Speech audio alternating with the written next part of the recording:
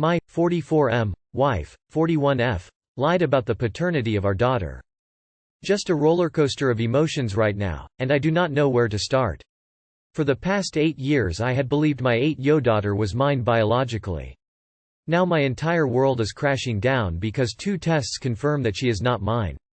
My wife and I have been married for 7 years, and she got pregnant when we were engaged. I was so madly in love with her, and when she told me she was pregnant, I never in a million years would have thought to question the paternity of the child. Of course it was mine. And I was going to marry this woman and raise however many kids we had together in the sort of happy family that neither my wife nor I had growing up.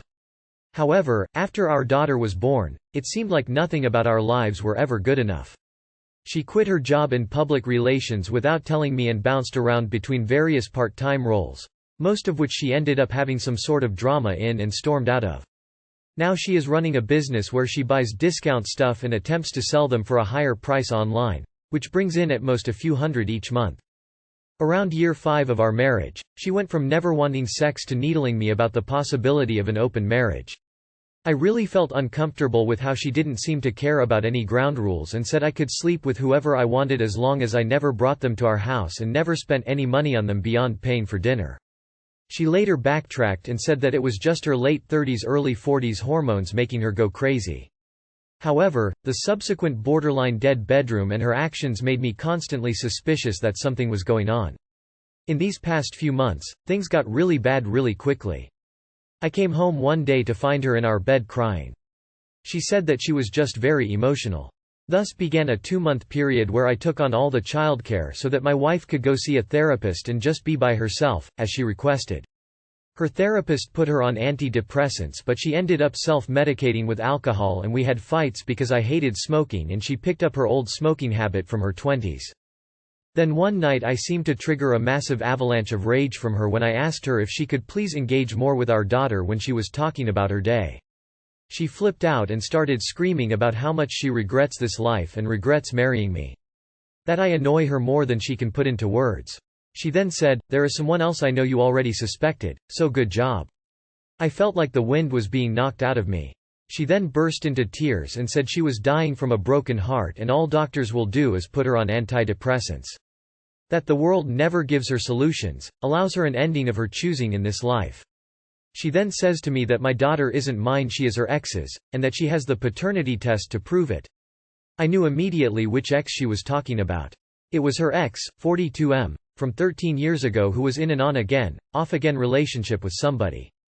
He kept dumping her when he and his girlfriend became on-again. He has now been married for 2 years to a 26-year-old. But obviously his ways of never being able to decide between women has never stopped. I am obviously having my world crumble before my eyes, so we start the worst argument of our marriage. I for several minutes forgot that our daughter could easily walk in on the both of us even though she was thankfully outside and occupied at the time. My wife at this point is already pretty drunk and angrily finishes up the rest of her bottle. She says that she loves him, but she is lower than trash to him. She showed me the paternity test results on her phone that she and him both saw, and afterwards he said she's been playing him the whole time and ghosted her.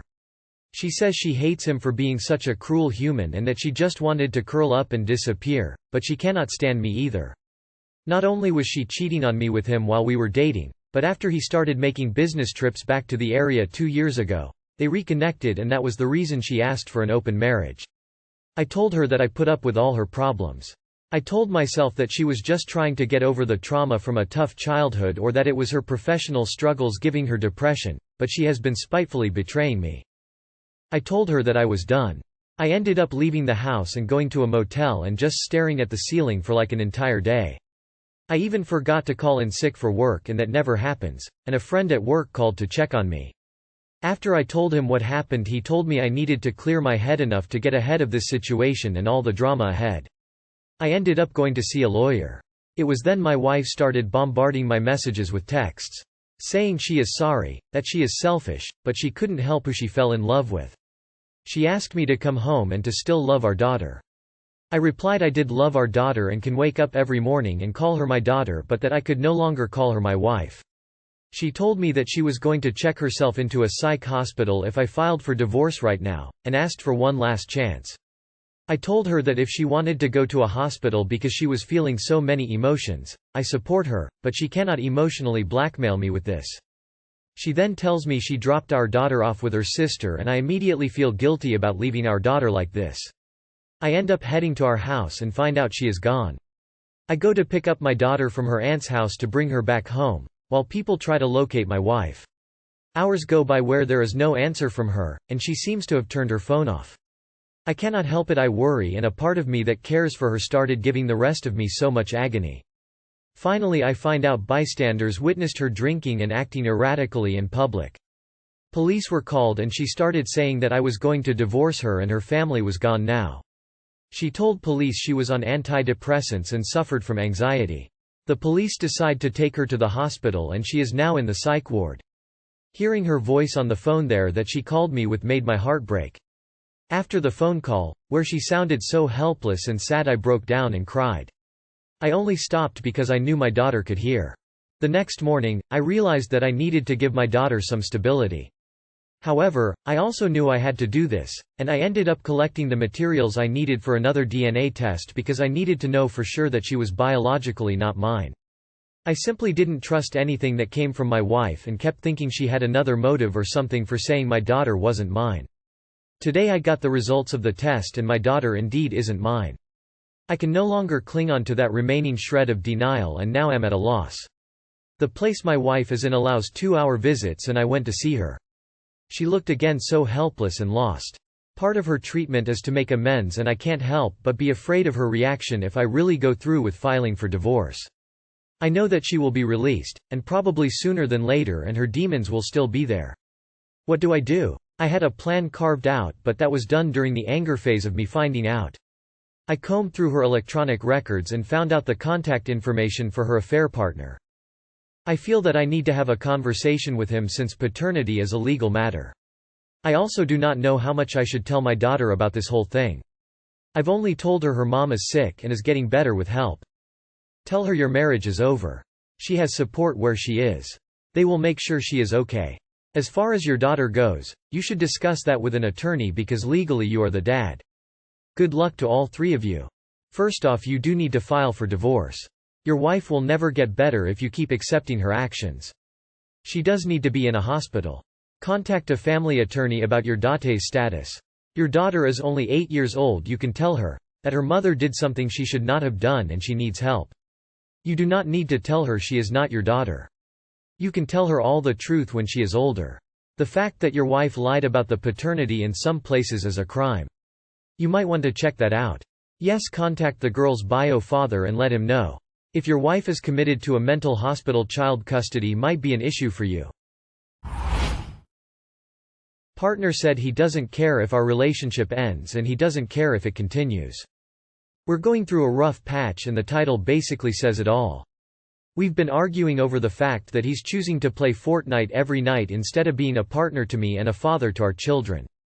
We've gotten nowhere with compromise and talking, arguing about it. Well, last night, I'd had enough. I snapped and asked him what he wants from me because at the minute, I feel like I'm just here to give him a roof. I do all childcare and housework, he works 4:30 p.m., comes home and does sweet FA. I'm sick of it. His response was that he doesn't care if our relationship finishes or continues, he's just going with the flow. WTF? What advice would you give your child if they was in the situation you are in now? Guarantee that was intended to hurt your feelings so you'd stop talking. Why would you break your back to house somebody like that? He can play Fortnite in a motel. I saw the many posts you made about him, you already know what's best for you. Does she get that my boyfriend is not interested? My boyfriend dated someone for 4 months and after they broke up, they still stayed friends and were specifically on and off fuck buddies for 4 years. She initially dumped him after the 4 months of dating essentially because he did nothing to progress the relationship to something more serious. This girl would always try to end the hooking up part of the relationship because she felt like it was a mistake. Think it was obvious my boyfriend didn't want more than that from her, etc., but always came back to my BF. She also dated one other guy at some point very briefly and then when that relationship was over, started hooking up with my boyfriend again. They stayed friends all throughout this duration and did other things like go on trips together, etc.